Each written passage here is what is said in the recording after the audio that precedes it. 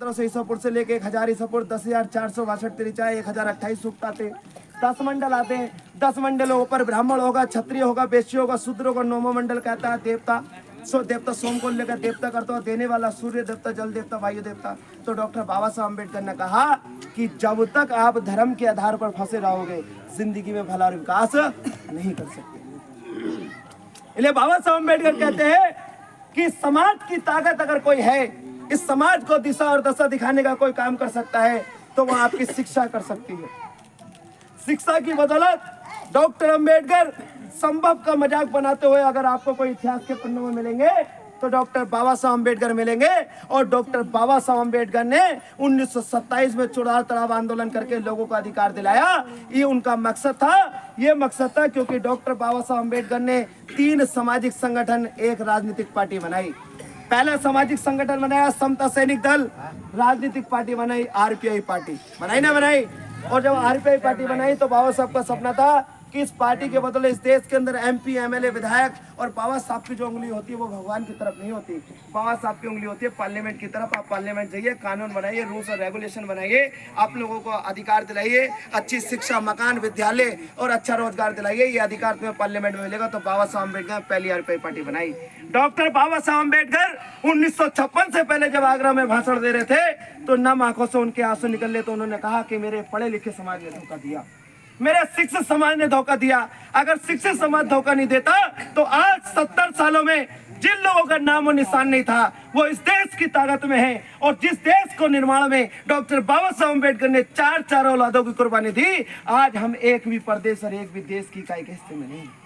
तभी तो कहते हैं बाबा साहब, ये समाज जो है ना, पढ़ा लिखा समाज बहुत डेंजर होता है। शिक्षित से ज्यादा जो 1000 गुना मजबूत होता है वो अनपढ़ होता है, क्योंकि वो अपना वोट देकर ताकत का एहसास कराता। बाबा साहब ने कहा नोट और वोट हमेशा गरीब और मजदूरी देता, अमीर लोगों की जब लाइन लगी होती वो जाती भी नहीं है। तो बाबा साहब अम्बेडकर की पार्टी थी आरपीआई पार्टी। जब बाबा साहब अम्बेडकर हमें छोड़कर चले गए तो हमारी जब वो छोड़कर चले गए तो आरपीआई पार्टी के अंदर उनके ही परिवार के वंशजों ने क्या काम किया, उस पार्टी को अपने अधीनस्थ किया और अपने अधीनस्थ करके पार्टी पे कब्जा करके पूरी पार्टी को महाराष्ट्र तक सीमित किया। और जो पार्टी पूरे देश में जाकर आप लोगों को राजा महाराजा बनाने वाली थी वो पार्टी शून्य हो गई। और शून्य होकर कांग्रेस के लालच में जाके उस पार्टी में भड़वे और दलाल पैदा हो गए और उन लोगों ने बाबा साहब की कब्र की ताबूत में कील ठोकने का काम किया और बाबा साहब को मिट्टी में मिलाने का काम किया। ये बात जब अली हसन कास्ट एक व्यक्ति आपको पढ़ते सिख रविदासिया चमार, जो मान्यवर काशीराम साहब होते हैं, 4 सरकारी नौकरी छोड़ते हैं, वो टॉप के साइंटिस्ट होते हैं। 4 सरकारी नौकरी छोड़ के डॉक्टर बाबा साहब अम्बेडकर की डॉक्टर बाबा साहब अम्बेडकर की अली हसन काफ्ट उन्होंने जब किताब पढ़ी, 4 बार किताब पढ़ी, तो 4 सरकारी नौकरी से इस्तीफा देके जम्मू से लेके कन्याकुमारी तक अपना घर परिवार त्याग दिया और साइकिल चलाकर 85% बहुजन समाज को तैयार किया। और बाबा साहब का सपना पूरा करने के लिए काशीराम साहब ने अपनी नौकरी छोड़ी, घर छोड़ा, परिवार छोड़ा, पूरे देश का अपमान सहा।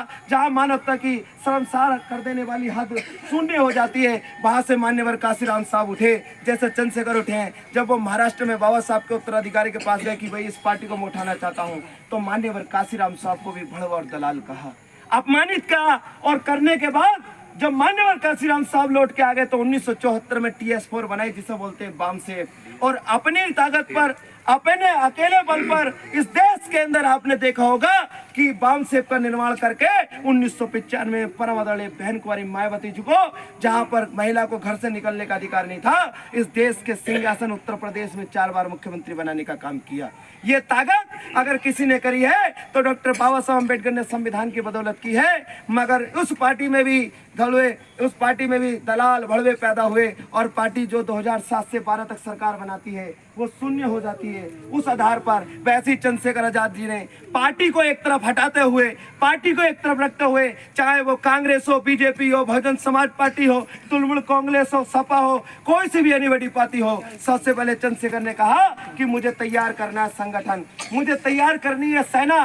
सेना दो प्रकार की होती है, एक होती है आर्मी जो देश की चारों तरफ सुरक्षा करने का सीमाओं पे काम करती है, एक होती है भीम आर्मी। भीम का मतलब होता है शक्तिशाली, आर्मी का मतलब होता है जहां पर इस देश के अंदर एक जाति विशेष वर्ग के लोग, जहां पर धर्म जाति संस्कृति के आधार पर हमारी बहन बेटियों पर, हमारे नौजवान साथियों पर अत्याचार शोषण होता है, हमारे जैसे नौजवान साथी नीला गमछा डालकर उनकी लड़ाई लड़कर एक सेना का काम करने का काम करते हैं। साथियों, ये ताकत चंद्रशेखर आजाद की।